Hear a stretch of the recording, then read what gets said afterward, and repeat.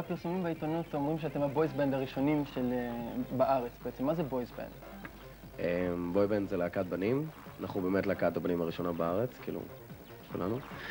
ואנחנו להקת פופ. להקת פופ. כאילו, אנחנו שרים ורוקדים, ולא היה פעם דבר כזה בארץ. זה המיוחד. יש לכם כבר מעריצות? סליחה על השאלה. יש לנו הרבה מעריצות, חלק אתם יכולים לראות אפילו פה באולפן.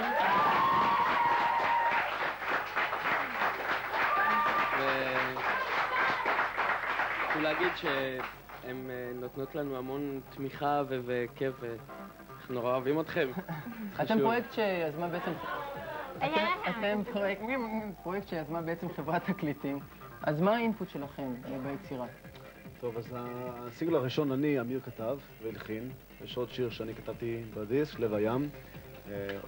תהילה, אנחנו כולנו כתבנו יחד עם שלב, וכן, הדיסק יוצא שבוע הבא, דרך אגב, וזה בערך שיתוף פעולה קצת, 50%, 50% כזה. אוקיי. אתם יודעים שאתם כוכבי הטריוויה שלנו אתם היום, ונמצאות איתנו כבר שמרית ורויטל.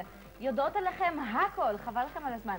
מי שתזכה בהכי הרבה נקודות, מי שתדע הכי הרבה תזכה, תכף אני אגיד לכם, בנופש עבור 4 אנשים. זאת אומרת, תוכלו להביא איתכם עוד 3 אנשים, יומיים בצימרים של נחשונים, מתנת הפארק המוטורי, נחשונית, ואני כבר עוברת לשאלה הראשונה.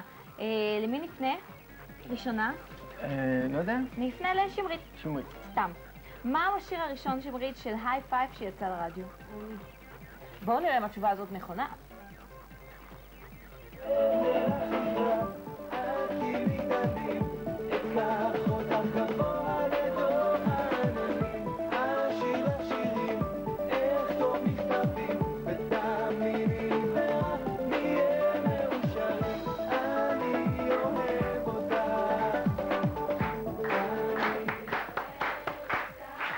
כן, והשאלה הבאה... אכן זאת הייתה תשובה נכונה, שמרית יש לך כבר נקודה אחת. יפה, השאלה הבאה היא לרויטל. רויטל, שימי לב, מתוך כמה בחורים שנענו למודעה, קבלו 5. כ-300 גם. תשובה נכונה!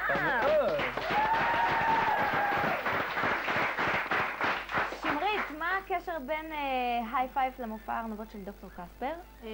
הוא הלחין שיר שלהם. מי זה הוא? שי להב. יפה.